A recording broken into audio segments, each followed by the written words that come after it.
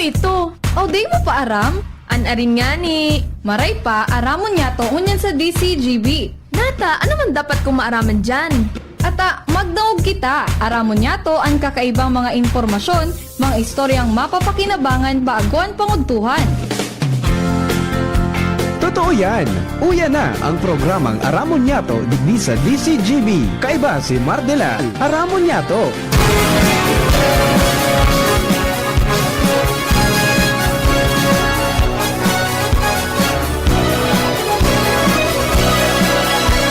Kabayan, dapat mong malaman na kailangan mong maintindihan ang usapan na may kinalaman sa iyong kapaligiran. Gaya ng aming sinabi, makinig ka dito sa inyong bahay, makijaming dito sa programa Mardela, ating kasama. Pakinggan natin si Mardela, samahan natin si Mardela sa balita, issue at sa komentaryo. Kay Mardela tayo ay panalo. Bagatugang, good morning. I'm gonna knock on your door, ring on your bell, tap on your window too. If you don't come out tonight when the moon is bright, I'm gonna knock and ring and tap until you do. I'm gonna knock on your door, call out your name, wake up the town, you'll see. I'm gonna hoot and howl like a lovesick child until you say you're gonna come out with me. Hey little girl, this ain't no time to sleep. Let's count kisses instead of counting sheep. How can I hold you near with you? Good morning, Luzon, Visayas, Mindanao. Welcome po sa programa. Aramon Nyato ngayon pong altaw na inin Wednesday. On your bell. Malipot lang po kiribanan hanggang 11 lang po kita. Tapag alas 11, papasok po ang ating friendship from Bicol University. The moon Yan, sasayin na pong edukasyon at ano nga yung programa niya? Every Wednesday po may programa po ang Bicol University para po sa tuya po ng mga kababayan natin. And garungon yan, importante po ang sa inda pong tema mamayang alas 11 yung kahandaan mga tugang kapag may disaster. Why is it important na pag-preparar po kita kayan? Okay? Tamang-tama po yan para po naman sa mga kababayan ta.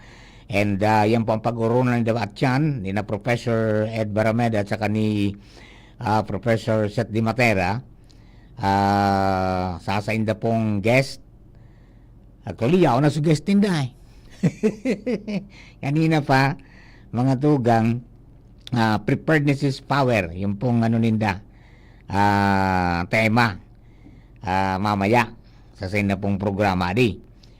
Alright, marayman po yan na pinagpaparumdum yan sa satuya, mga tugang. Tangani pa na mapagandang ano man na kalamidad. Maray na po itong sayo, bagaang sa kunay walang panama sa taong nakanda. So mamaya pakinggan po ninyo si Dr. Marie Abante, ano? Siya po ang ano yan, magiging bisita.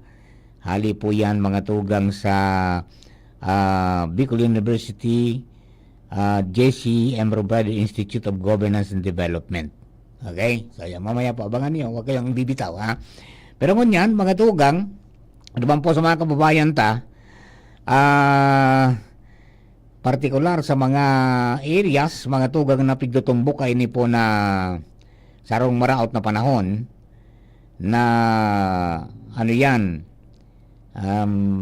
nasa bisinidad na kang Pilipinas, adi, yung low pressure area, kasubago mga tugang, o kasubanggi na pigwabantayan ta, primero cloud clusters, kanakagi mga aldaw, kasubanggi naging low pressure area.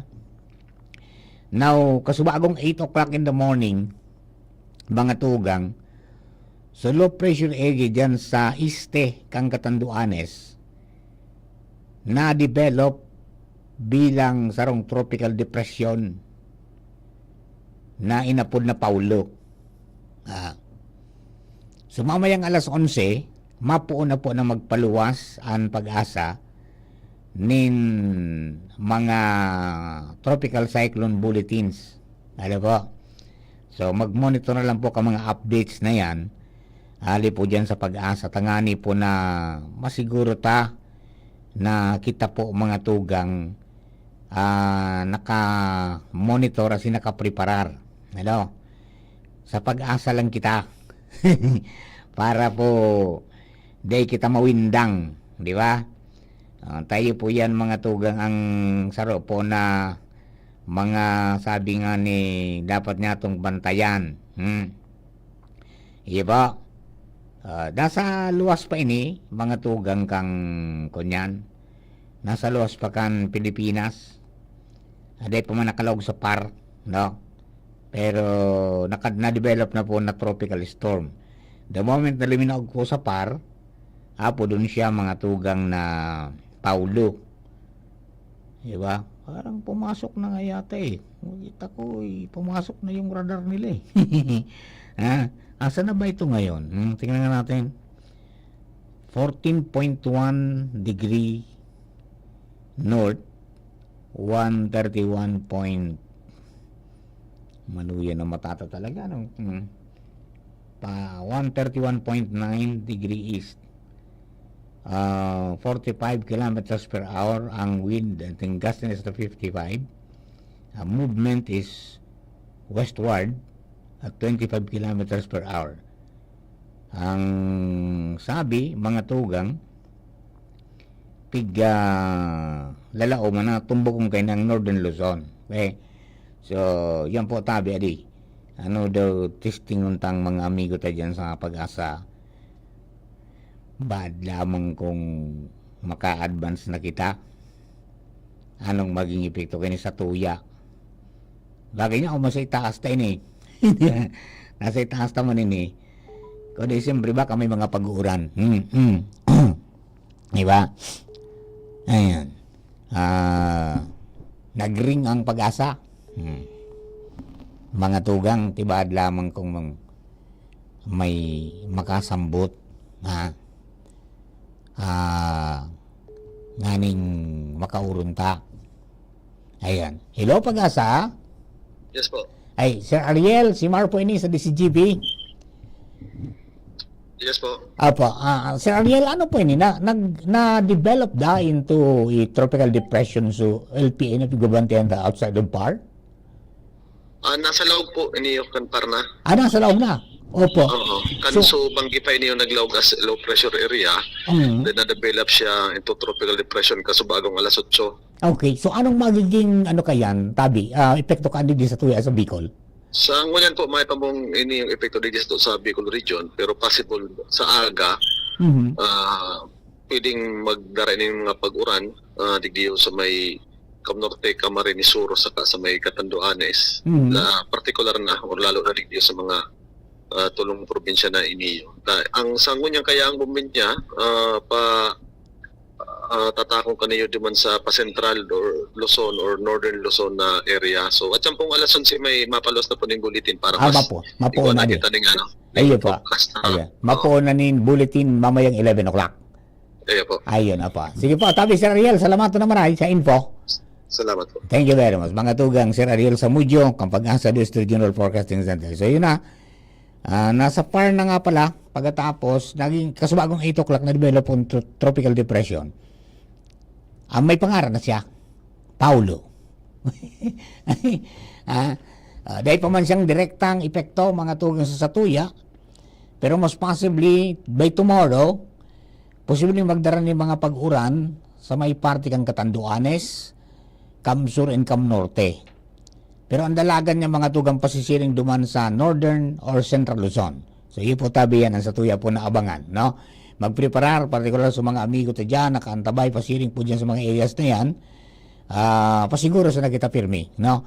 Pasiguro sa napirmi, tangani po na makapag-andam kita, asin day kita mataraka, magagibo kita tulos ning paagi kung kinakaipuhan na dumistansya. Particularly ito po na mga areas na mga haranis sa lisdis ng bundok, mga haranis sa mga kadagatan o kaya haraning mga tugang sa mga salog, permi po kitang eyes to the ball. Iya po, magsunod sa mga abiso kang pag-asa, magsunod sa mga abiso kan mga ini pong mga disaster officials. Actually, ang DILG ngunyan, kasubago pa sa bago kita nag-on board, nagpaluwas na nin pangapudan mga tugang advisory sa mga LGUs na pagandaan na po ining mga tugang na si Paulo. Ha? Alright, sige, dugata po ang istorya, alam po niyang sa luwas. Nasa linya si Pading Jomar Bien sa First District. Padi, maray na aga tabi, please come in. Salamat, Pading Mar. Good morning, good morning. Sa mga parantabay, sa dagdag na bareta, makusugan paglaom ni Vice Mayor Glenda Ongbongao, Cantabaco City, na malulusutan kan sanggunian panglungsod Cantabaco ang ginibong final assessment para sa Local Legislative Award. Oho. Ini matapos na kasudma buminisita rigdi sa Sanggunian Panglungsod Cantabaco ang Provincial Awards Committee. Kasabay digdi si Madam Rebecca Britannico, ang officer in charge kan DILG Provincial Office. Tangani na i-assess na itong mga dokumento kan mga performance kan nakaaging sanggunian panglungsod so taon 2022 to 2025. Naku, voluminous yan. Roger. Garo, so ginibo man nito sa libon ka nakaaging simana. Ngunyan, Roger on sa that. tabako, adi, tangos tabako naman. Pero dahil na masyadong dakulang trabaho ta nagkaigwa na baga ki mga pre-assessment. So, ini final assessment na, so ginibo kasudma. Ayun, para mapili, so, ano yan, pang-riyon data, pang-riyon? O Roger, provincial ini. Pang-probinsya. Pag linusutan ini, Cantabaco, bilang iyo ang pinaka matibay na sanggunian panglungsod sa mga syudad sa Tabaco, ay sa mga syudad sa probinsya, ilalaban na sinda sa riyon. Garo, duwa man sa nagaro ang nag-intra sa syudad, tapos apat sa munisipyo. Di medyo magayon ang laban. Ta one on one. One on one. One on one. Yan ang laban. Sa ginibong assessment ka, Sudma, Paringmar, halos dakul na kategorya ang na-perfect kang sanggunian panglungsod kang Tabaco. Ay, wow. Oo. Pero, generalmente, may sarong pagkukulang pa. Dai ko lang natandaan ko nga rin ito. Pero sa pahayag ni Madam Vicky Britannico, itong pagkukulang na ito, garo dokumentos lang, nakaipuan na isubmit. Sundok mo dyan, Aldaw. Ayun. Kunyan man pala nito. Kayang i-producer. Document man lang. Nagibo, pero sa dokumento, medyo may kaipuan na isabit pa. Okay. Bali, so kategorya, nakumplehan kan asang gunay panglungsod. Pagabot sa documentary, may kulang. So, gigibuhon ito, isasabit ko niya na daw. Okay. Sigun kay garo magayon ang dalagaan, tapi pasunod na sa Tabaco kan mga sunod na mga requirement. In case ngaya, nakamuan ba manggana sa city category? Pag uni nga yang kaipuan ni dong para pag-abot duman sa regional, uni na nga i-prepare nindo. Gamo na. Tao din na nga yung i-prepare, i-prepare nindo, para pasunod. Iyan, in kaso ka mo ngaya, an manggana sa city, yung category, sa probinsya, tayo ngayon kaipuhan duman sa regional. Ayun, no? Roger. So, magayon na naging resulta, and sa pahayag ni Vice Mayor Glenda Ongbongao, maski nga ni bako pa siya ang Vice Mayor, duman sa nakaaging sanggunian panglungsod, sa iyang sinabi, na magayon na performance kan o minaging sanggunian panglungsod sa pamamayo ni dating Vice Mayor Nestor San Pablo, iyuan nagsiserving inspirasyon ngunyan sa saindaman nga sanggunian panglungsod. Sinabi niya na dayman inda pigahangat na maging mas matibay sinda duman sa nakaagi ang pigahangat inda mapantayan lamang ngaya okay na. Kung maging mas matibay pa kami, mas maray. Ayun, okay. So, yan pa rin maaraan mga impormasyon na halidigdi sa Syudad ng Tabaco, Jomar Bien, DCGB. Thank you very much for Jomar. Yan. And good luck po tabi sa mga kababayan natin, mga membro kan sangguniang panglungsod kan Tabaco. Ang sa iba pa po ng mga munisipyo na napalaban man sa mga sanggunian po ninda para po dyan sa pagpili ka mga matitibay na legislative bodies. Ayan, okay. Dugang na ba ng istorya, dagdagan ta, si Angel Mustasa nasa linya man. Angel, please come in.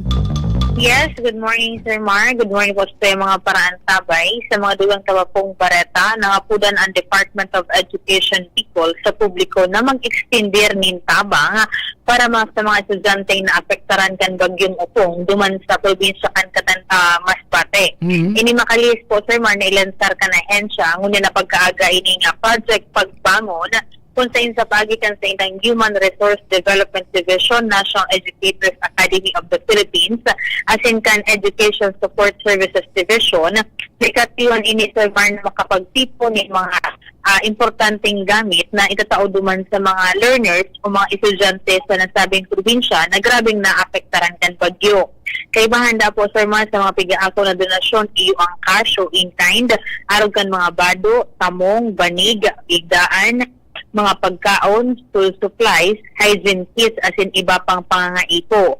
Ang mga donasyon na Sir Mar na in-kind, ang pwedeng darahon dyan sa indang opisina sa Regional Office number 5, dyan sa Barangay Rawis, Legazpi City, o ibugtak po duman sa mga designated drop box nila. Nanyaw mo sa nasabing opisina. And then para naman duman sa mga cash donation, pwedeng i-contact si Sir Alex Puldukan SDO Masbate, asin si Sir Gerald Liumel Istokya kan SDO Masbate City. Sa pag-iyan Sir Mark, mga kapag taunin tabang makulang itong sa mga gamit sa pag-eskwela, kundi itong sa mga bado na pwedeng sulugon kan mga estudyante, mantang luway-luway silang nagre-recover matapos po na maapektaran kan bagyong upong kan nakalihis na semana. Okay. Yan po Sir Mar, ang mga duwang tawa pong informasyon hali sa luwas, Angel Mustaza, DCGB.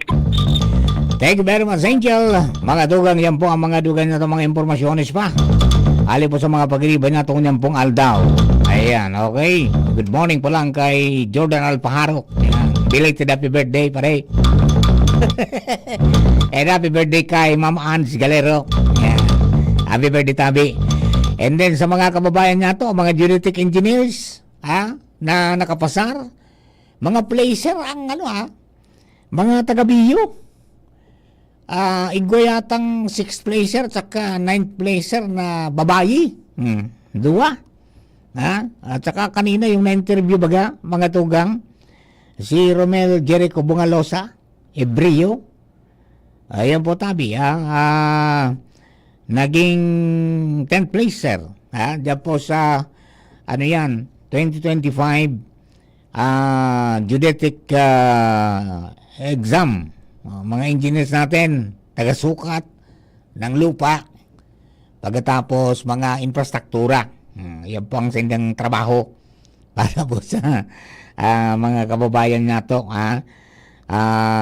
Talagang yan ang mga albayano matitibay, hindi matitibay ang mga albayano para po dyan sa satuya pong pagkapailing ning galing di nagpapatalo, di ba, para po duman sa mga kababayan ta. Okay, alright, and good luck man duman sa team kang Albay, pasisiring mga tugang duman sa sa Masbate. Nasa Piduran Port Sinda 1 hour ago. And dala ang 40 personnel tapos suduwang water sanitation trucks. Okay. Sige po Tabi. Good luck po Tabi sa Indo. Mga mga kapwa natin albayano para tumulong diyan po sa tuya pong mga kapwa Bicolano diyan po sa probinsya kan Masbate na nadanyaran mga tugang kan pagtama kan bagyong si Upong diyan po sa inda pong lugar. Alright, so ingat na lamang sa mga kababayan ta, and then sa mga taga-pangantabay ta po dyan sa Cebu. Ha? Ingat-ingat po tabi, and I hope na matapos na yung ordeal ninyo. Ang dami yan, sunod-sunod. So, sunod-sunod po, so ano yan, so aftershock hanggang kasubago. Mga makakusog pa, kaya ano yan, talagang daing kunyan, daing pinasigwar na infrastrukturang sabi nga ni kayan, kung malaluyang pagkagibo talagang narugba. Ha? May kurit na halabaon duman sa tinampo, pagkatapos may mga nagadan, mga tugang, kaya ano yan, ipangadjita po tabi ang sa tuya po ng mga kababayan na nabiktima duman, asin makarecover man tulos, ha, para po duman sa ano yan, sinapar po ninda na kalamidad, kasubanggi na mga 1059, ano, and then yung USGS naitala na 7 magnitude. So, PBOX 6.7, pero later on, kaya matiputin mo sa mga datos, na i-upgrade mga tugang sa 6.9, and then kurihir man kan USGS sa indama na record, ginibo man na 6.9.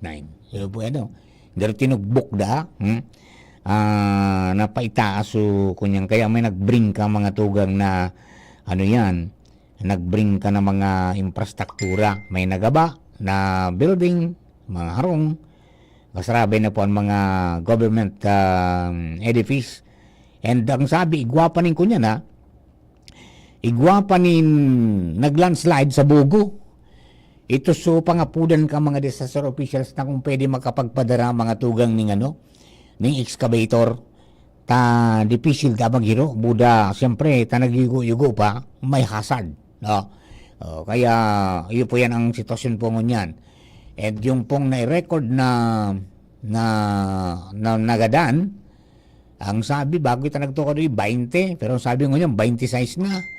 And still counting, mga tulad siyempre, may mga aday pa nakukuha na natambunan, mga tugang ka mga nagaba, asin itong nagrasi na daga. So, abangan na lang po ang mga developments po kayan within today. Okay?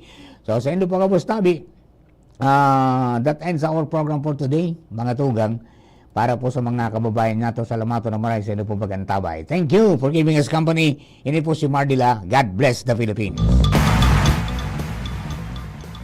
Kung ikaw ay edad 50 pataas katulad ko, may mataas na ang risk